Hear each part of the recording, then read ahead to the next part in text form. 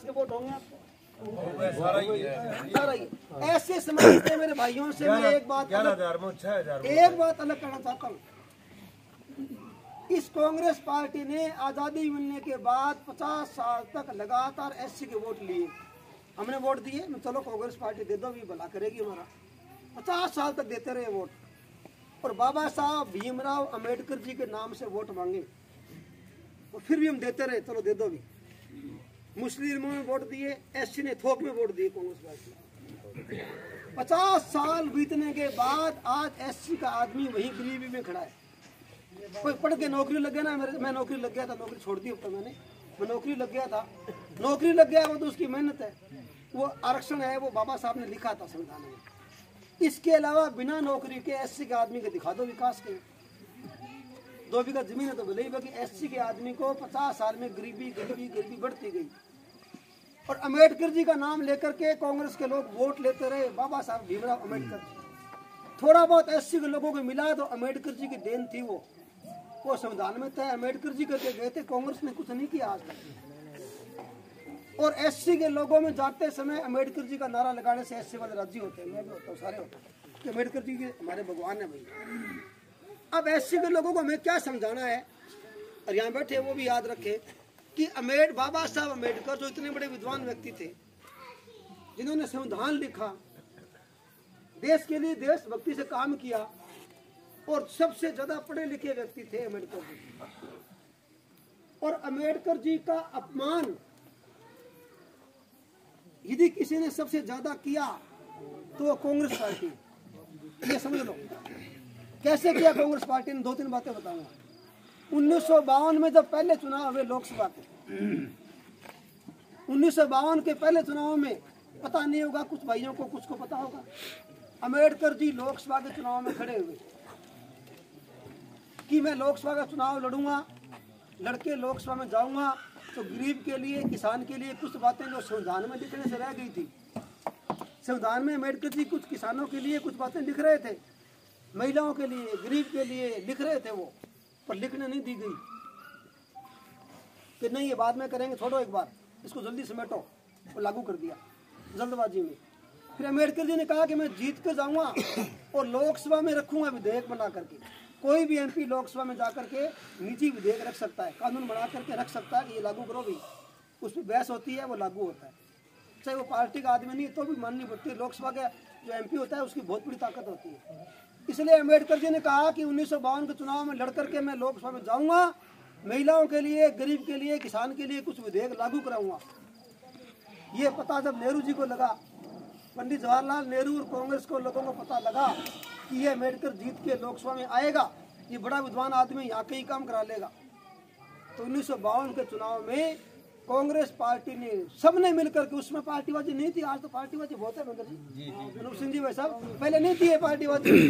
ढूंढते थे कि तुम चुनाव लड़ दे यार, मिलते नहीं थे भाई, आओ जी तुम लड़ो, पार्टीबाजी नहीं थी। फिर भी 1952 के चुनाव में डॉक्टर भीमराव अंबेडकर जी को पंडित जवाहरलाल नेहरू ने और कांग्रेस के लोगों ने हराने का काम किया। जाकर के हराया, बोले अम्बेडकर को हरा दो, ये आना नहीं चाहिए।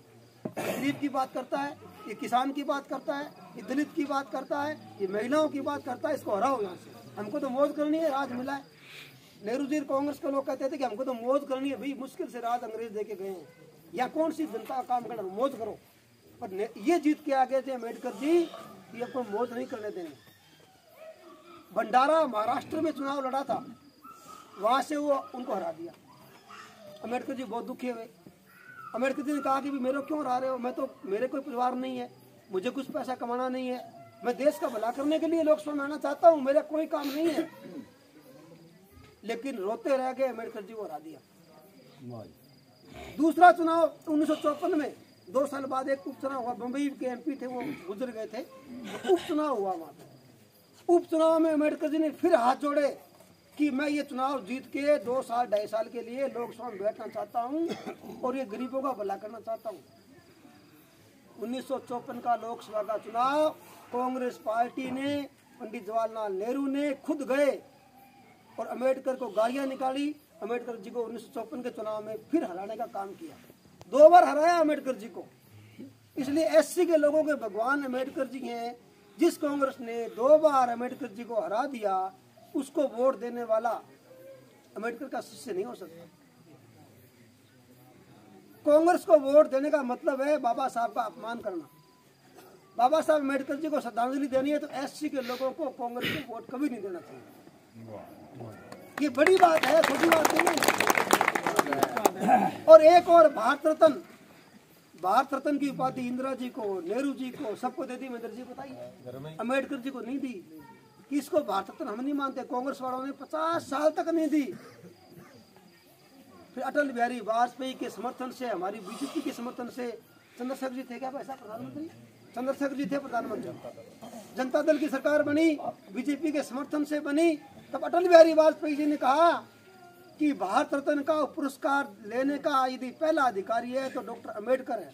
ये बीजेपी और तब जाकर के अम्बेडकर जी को भारत रत्न बीजेपी के समर्थन के कारण से देना पड़ा। कांग्रेस ने कभी नहीं दिया।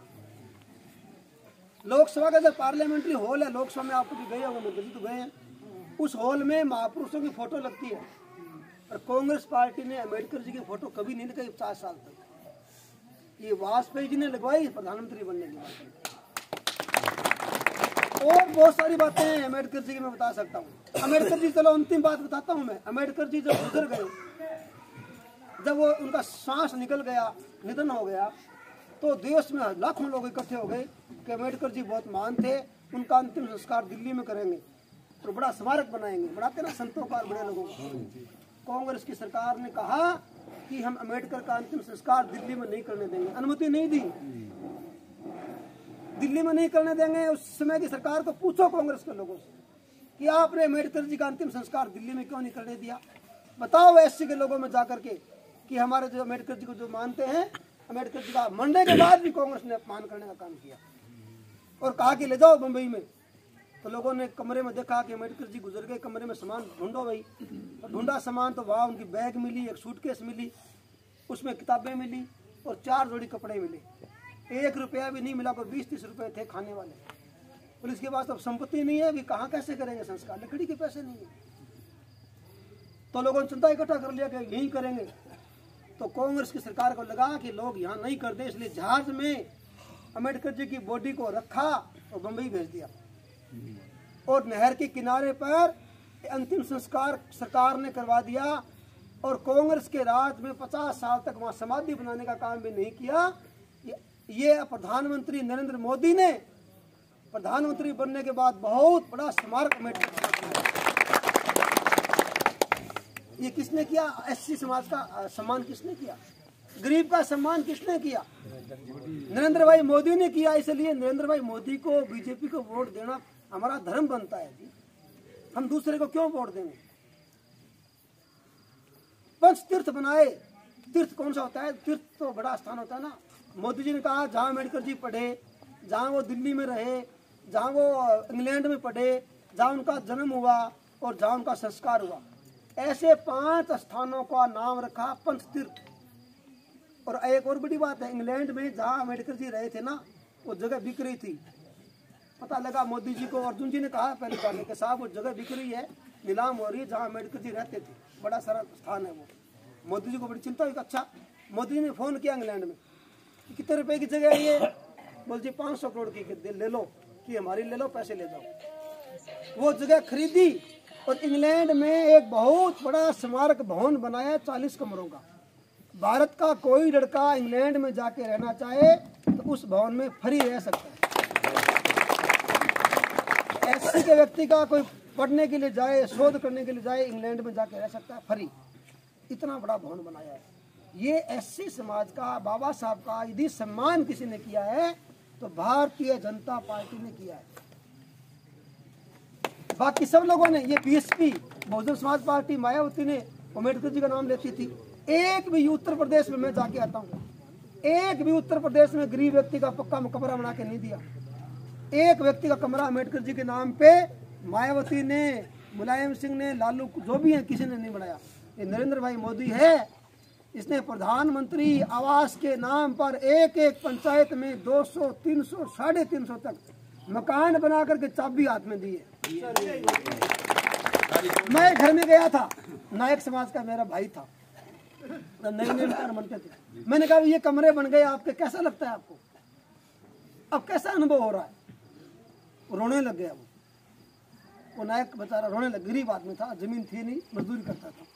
रोने में रो के क्यों रहे हो? उसने कहा भाई साहब मेरे कच्चा कमरा होता था, छत में से पानी नीचे आता था, मैं गरीब आदमी, जमीन मेरे पास है नहीं, मैं मजदूरी करने के लिए 20-30 किलोमीटर जाता था, यदि बारिश हो गई तो घर की तरफ भागना पड़ता था कि बच्चे दब के ना मर जाएं। तो मेरी गरीबी भी ऐसी निकलती रहती थी, मैं दिहाड़ी भी ढंग से नहीं कर पाता था। और अब ये मोदी जी ने पक्का मकान दे दिया, 2 कमरे दे दिए, रसोई दे दी और एक लेटरिन बाथरूम भी बना दिया। अब मैं 200 किलोमीटर तक मजदूरी करने जाता हूँ, मौसम चाहे कितना ही खराब हो जाए, मुझे चिंता नहीं है कि मेरे बच्चे दब के मर जाएंगे। और गैस सिलेंडर भी दे दिया, मेरे घर में लकड़ी नहीं होती थी, रोटी गैस पे बन जाती है। और मेरी बच्ची 12वीं में पढ़ती है, वो घर से दूर जाती थी तो मुझे चिंता रहती थी, अब वो घर में ही रहती है। टॉयलेट घर में बन गया, कमरे बन गए। तो मैंने कहा बहुत अच्छा कि मोदी जी मेरे लिए भगवान है। मोदी जी की फोटो लगा रहे, देवेंद्र आगे। जो गरीब व्यक्ति कभी पक्का कमरा बनाने की सोच नहीं सकता था, उनके 2-2 कमरे और प्रधानमंत्री जी ने रसोई बना करके दी कि नहीं दी। ये चिंता कहाँ से निकलती है? ये गरीबी की चिंता ये आत्मा से निकलती है। आत्मा में चिंता होनी चाहिए, किसी के जबान से होने से कुछ नहीं है। कांग्रेस ने केवल जबान से बात की, आत्मा में गरीब के लिए दर्द नहीं था। कांग्रेस के गरीब के लिए दर्द है तो नरेंद्र भाई मोदी के मन में है, इसलिए उन्होंने गरीब के लिए, किसान के लिए काम किया है। किसानों को सम्मान निधि दे रहे हैं 2000 रुपये, अभी अनुप सिंह जी बता रहे थे। एक घर में एक किसान को 2000 रुपये दे रहे, खाते फट गए। एक घर में 6 खाते हो गए तो 2-2 सबको मिल रहे। 5 खाते हो गए तो 2000 मत मानो उसको, अनुप सिंह जी ज्यादा मिलने लगे ना। एक घर में 6000 आते हैं, लेकिन वो घर में खाते 5-6 हो गए तो कितने आ गए? एक बुर में 5 खाते 30,000 हो गए। मोदी जी के ले भाई सूची भेजो मेरे पास, ये गहलोत जी सूची नहीं भेज रहे। अभी क्या किया इन्होंने, सूरतगढ़ में मैं गया था, इतने बदमाश है कांग्रेस वाले कि सूरतगढ़ में वीडियो को कह करके किसानों को नोटिस निकाल दिया महेंद्र जी कि राशि आपने क्यों ले ली, वापस जमा कराओ। नोटिस मेरे पास आए, कल हम बात करेंगे कलेक्टर से कि ये राशि आपने गलत ले ली, वापस जमा कराओ। ऐसे किसानों के नोटिस निकाल दिए, 10 दिन के लिए निकाल दिए। फिर वो कह देखो जी मोदी जी ने रुपया भेजा, वापस जमा करा रहे, तो कोई जमा नहीं करा रहा, झूठे नोटिस निकाले हैं वो सारे। कुल मिलाकर के इतने बदमाश लोग हैं कांग्रेस वाले कि वोट लेने के लिए झूठ बोल सकते हैं, झूठा काम कर सकते हैं, झूठे वायदा कर सकते हैं, आपके पाँव पकड़ लेंगे और चुनाव होते ही लात मारने का काम करेंगे। इसलिए मेरा निवेदन है, ये पार्टी बहुत बड़ी चीज है। ये पार्टी किसी एक परिवार की नहीं है, ये पार्टी आप सब की है। या कोई अध्यक्ष बन सकता है, कोई उम्मीदवार बन सकता है, और आप चाहेंगे तो कोई प्रधान बन सकता है, पता नहीं क्या क्या हो सकता है। ये आपके चाहने पर है, कोई मैं हूँ तो कोई नहीं करेगा। जनता की पार्टी है, इसलिए महेंद्र जी ये अच्छे वर्कर हैं, इंदिरा जी भी को विजयी बनाइए, बड़े अंतर से बनाइए, बड़ी जीत करके दे देंगे। आपका सम्मान पार्टी बड़ा ही करेगी जी, छोटा क्यों करेगी, बड़ा ही सम्मान करेगी।